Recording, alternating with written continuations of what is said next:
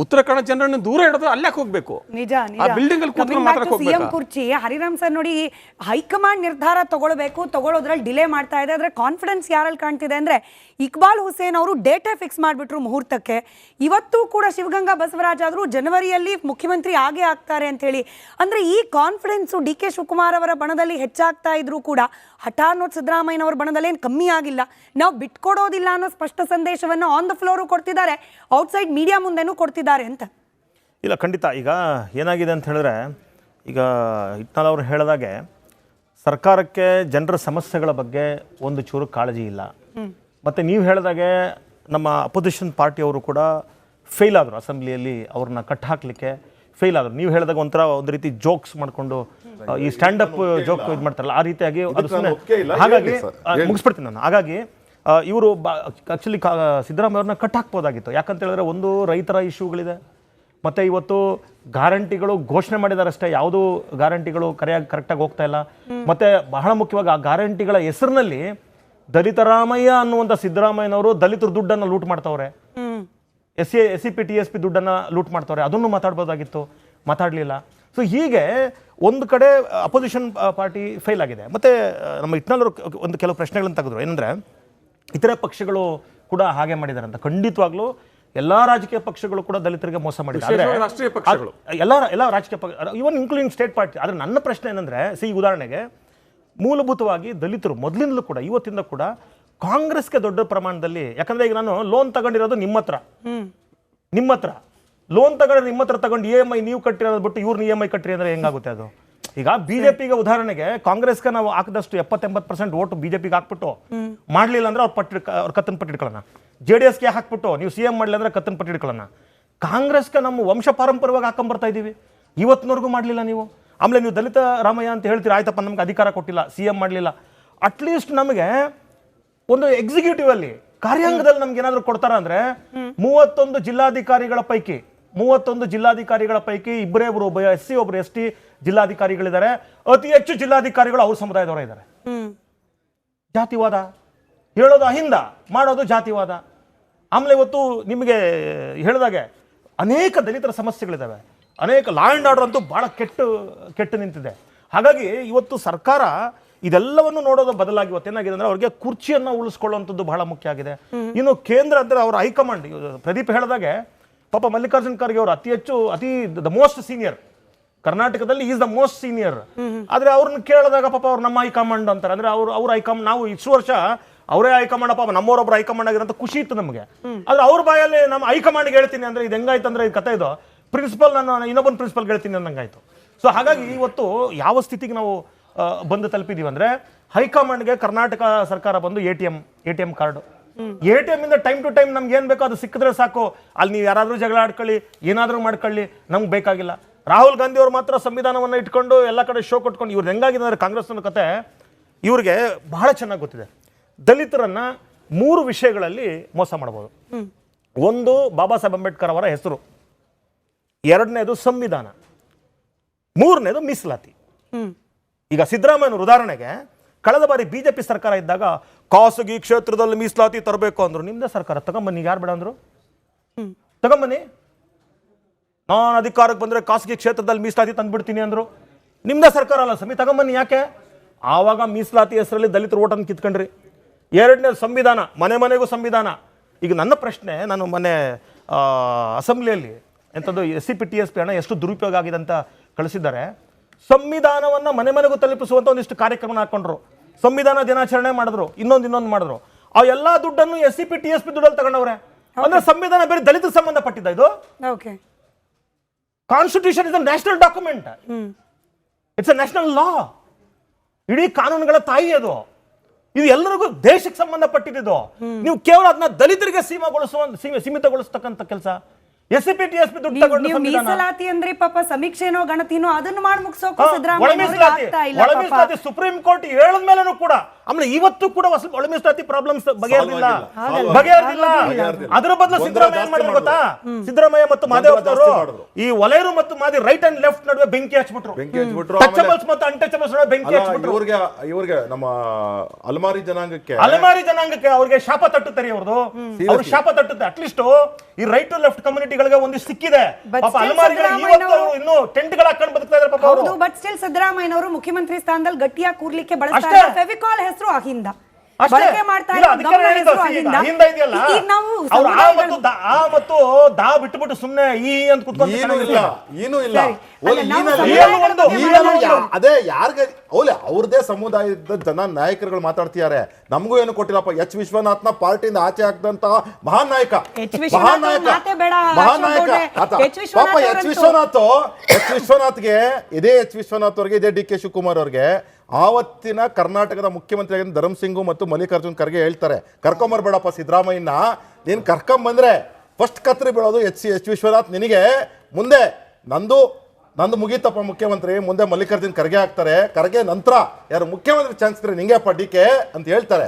ಆಗ ಇವರಿಬ್ರು ಏನ್ ಮಾಡ್ತಾರೆ, ಪರವಾಗಿಲ್ಲ ನಾವು ಪಾರ್ಟಿ ಆಸೆಗೋಸ್ಕರ ಕರ್ಕೊಂಬತ್ತೀವಿ ಅಂತ ಹೇಳ್ಬಿಟ್ಟು ನಾಮ ಹಾಕ್ಸ್ಕೊಂಡಿದ್ದು ಯಾರಾದ್ರೂ ಇದ್ರೆ ಅದೇ ಸಮುದಾಯದ ಅವರಲ್ಲ ಎಚ್ ವಿಶ್ವನಾಥ್.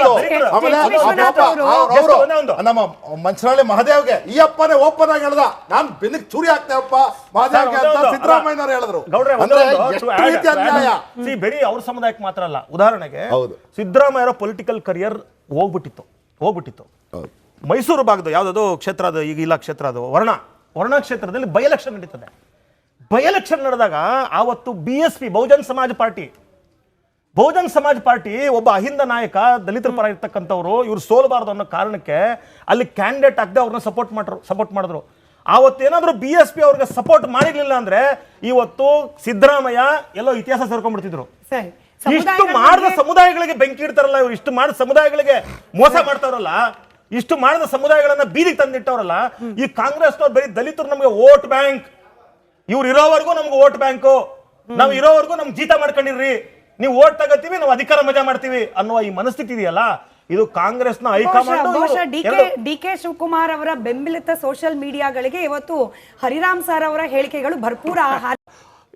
ಉತ್ತರ ಕನ್ನಡ ಜನರನ್ನು ದೂರ ಇಡೋದು ಅಲ್ಲೇ ಹೋಗ್ಬೇಕು. ನಿಜ ಆ ಬಿಲ್ಡಿಂಗ್ ಅಲ್ಲಿ ಕೂತ್ಕೊಂಡು ಮಾತಾಡಕ್ಕೆ ಸಿಎಂ ಹೋಗ್ಬೇಕಾ? ಕುರ್ಚಿ ಹರಿರಾಮ್ ಸರ್ ನೋಡಿ, ಹೈಕಮಾಂಡ್ ನಿರ್ಧಾರ ತಗೊಳ್ಳೋದ್ರಲ್ಲಿ ಡಿಲೇ ಮಾಡ್ತಾ ಇದೆ. ಆದ್ರೆ ಕಾನ್ಫಿಡೆನ್ಸ್ ಯಾರಲ್ಲಿ ಕಾಣ್ತಿದೆ ಅಂದ್ರೆ ಇಕ್ಬಾಲ್ ಹುಸೇನ್ ಅವರು ಡೇಟಾ ಫಿಕ್ಸ್ ಮಾಡಿಬಿಟ್ರು ಮುಹೂರ್ತಕ್ಕೆ.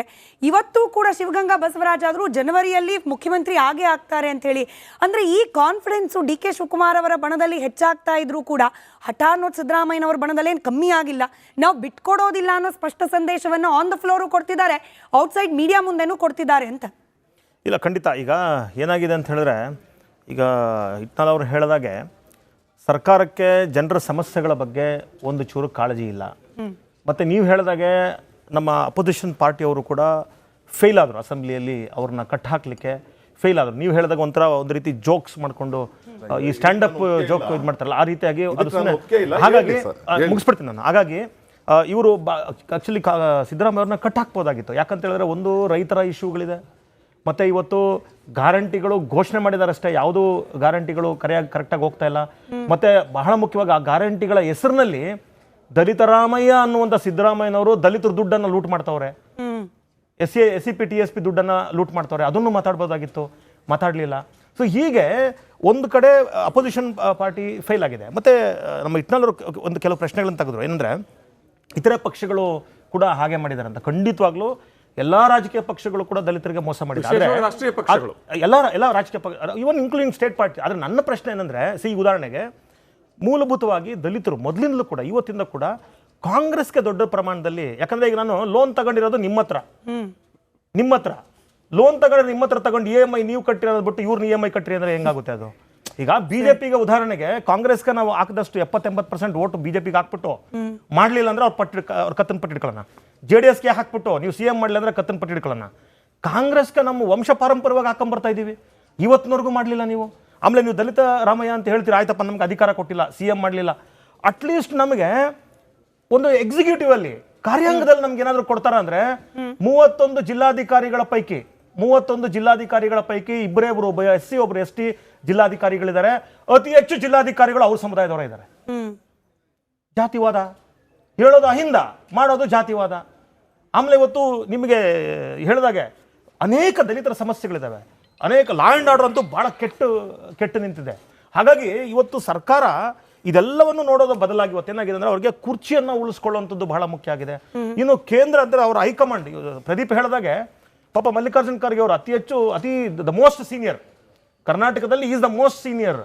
ಆದ್ರೆ ಅವ್ರನ್ನ ಕೇಳಿದಾಗ ಪಾಪ ಅವ್ರು ನಮ್ಮ ಹೈಕಮಾಂಡ್ ಅಂತಾರೆ. ಅಂದ್ರೆ ಅವ್ರ ಹೈಕಮಾಂಡ್, ನಾವು ಇಷ್ಟು ವರ್ಷ ಅವರೇ ಹೈಕಮಾಂಡ್, ಪಾಪ ನಮ್ಮವರೊಬ್ರು ಹೈಕಮಾಂಡ್ ಆಗಿರೋಂಥ ಖುಷಿ ಇತ್ತು ನಮಗೆ. ಆದ್ರೆ ಅವ್ರ ಬಾಯಲ್ಲಿ ನಮ್ಮ ಹೈಕಮಾಂಡ್ಗೆ ಹೇಳ್ತೀನಿ ಅಂದ್ರೆ ಇದು ಹೆಂಗಾಯ್ತು ಅಂದ್ರೆ ಈ ಕತೆ ಇದು ಪ್ರಿನ್ಸಿಪಲ್, ನಾನು ಇನ್ನೊಬ್ಬನ ಪ್ರಿನ್ಸಿಪಲ್ ಹೇಳ್ತೀನಿ ಅನ್ನಂಗಾಯ್ತು. ಸೊ ಹಾಗಾಗಿ ಇವತ್ತು ಯಾವ ಸ್ಥಿತಿಗೆ ನಾವು ಬಂದು ತಲುಪಿದೀವಿ ಅಂದ್ರೆ ಹೈಕಮಾಂಡ್ಗೆ ಕರ್ನಾಟಕ ಸರ್ಕಾರ ಬಂದು A T M card, ATM ಇಂದ ಟೈಮ್ ಟು ಟೈಮ್ ನಮ್ಗೆ ಏನ್ ಬೇಕೋ ಅದು ಸಿಕ್ಕಿದ್ರೆ ಸಾಕು. ಅಲ್ಲಿ ನೀವು ಯಾರಾದ್ರೂ ಜಗಳ ಆಡ್ಕೊಳ್ಳಿ, ಏನಾದ್ರೂ ಮಾಡ್ಕೊಳ್ಳಿ, ನಮ್ಗೆ ಬೇಕಾಗಿಲ್ಲ. ರಾಹುಲ್ ಗಾಂಧಿ ಅವರು ಮಾತ್ರ ಸಂವಿಧಾನವನ್ನ ಇಟ್ಕೊಂಡು ಎಲ್ಲ ಕಡೆ ಶೋ ಕೊಟ್ಕೊಂಡು ಇವ್ರದ್ದು ಹೆಂಗಾಗಿದೆ ಅಂದ್ರೆ ಕಾಂಗ್ರೆಸ್ನ ಕತೆ ಇವ್ರಿಗೆ ಬಹಳ ಚೆನ್ನಾಗಿ ಗೊತ್ತಿದೆ. ದಲಿತರನ್ನ 3 ವಿಷಯಗಳಲ್ಲಿ ಮೋಸ ಮಾಡಬಹುದು. ಒಂದು ಬಾಬಾ ಸಾಹೇಬ್ ಅಂಬೇಡ್ಕರ್ ಅವರ ಹೆಸರು, 2ನೇದು ಸಂವಿಧಾನ, 3ನೇದು ಮೀಸಲಾತಿ. ಈಗ ಸಿದ್ದರಾಮಯ್ಯನವರು ಉದಾಹರಣೆಗೆ ಕಳೆದ ಬಾರಿ ಬಿಜೆಪಿ ಸರ್ಕಾರ ಇದ್ದಾಗ ಖಾಸಗಿ ಕ್ಷೇತ್ರದಲ್ಲಿ ಮೀಸಲಾತಿ ತರಬೇಕು ಅಂದ್ರು. ನಿಮ್ದೇ ಸರ್ಕಾರ, ತಗೊಂಬನ್ನಿ, ಯಾರು ಬೇಡ ಅಂದ್ರು? ತಗೊಂಬನ್ನಿ. ನಾನು ಅಧಿಕಾರಕ್ಕೆ ಬಂದ್ರೆ ಖಾಸಗಿ ಕ್ಷೇತ್ರದಲ್ಲಿ ಮೀಸಲಾತಿ ತಂದ್ಬಿಡ್ತೀನಿ ಅಂದ್ರು. ನಿಮ್ದೇ ಸರ್ಕಾರ ಅಲ್ಲ ಸ್ವಾಮಿ, ತಗೊಂಬನ್ನಿ. ಯಾಕೆ? ಆವಾಗ ಮೀಸಲಾತಿ ಹೆಸರಲ್ಲಿ ದಲಿತರು ಓಟನ್ನು ಕಿತ್ಕೊಂಡ್ರಿ. 2ನೇ ಸಂವಿಧಾನ, ಮನೆ ಮನೆಗೂ ಸಂವಿಧಾನ. ಈಗ ನನ್ನ ಪ್ರಶ್ನೆ, ನಾನು ಮೊನ್ನೆ ಅಸೆಂಬ್ಲಿಯಲ್ಲಿ ಎಂಥದ್ದು SCP TSP ಹಣ ಎಷ್ಟು ದುರುಪಯೋಗ ಆಗಿದೆ ಅಂತ ಕಳಿಸಿದ್ದಾರೆ. ಸಂವಿಧಾನವನ್ನ ಮನೆ ಮನೆಗೂ ತಲುಪಿಸುವಂತ ಒಂದಿಷ್ಟು ಕಾರ್ಯಕ್ರಮ ಹಾಕೊಂಡ್ರು, ಸಂವಿಧಾನ ದಿನಾಚರಣೆ ಮಾಡಿದ್ರು, ಇನ್ನೊಂದು ಮಾಡಿದ್ರು. ಆ ಎಲ್ಲಾ ದುಡ್ಡನ್ನು SCP TSP ದುಡ್ಡಲ್ಲಿ ತಗೊಂಡವ್ರೆ. ಅಂದ್ರೆ ಸಂವಿಧಾನ ಬೇರೆ ದಲಿತ ಸಂಬಂಧಪಟ್ಟಿದ್ದ ಇದು. Constitution is a national document, it's a national law. ಇಡೀ ಕಾನೂನುಗಳ ತಾಯಿ ಅದು. ಇದು ಎಲ್ಲರಿಗೂ ದೇಶಕ್ಕೆ ಸಂಬಂಧಪಟ್ಟಿದ್ದು. ನೀವು ಕೇವಲ ಅದನ್ನ ದಲಿತರಿಗೆ ಸೀಮಿತಗೊಳಿಸ್ತಕ್ಕಂಥ ಕೆಲಸ.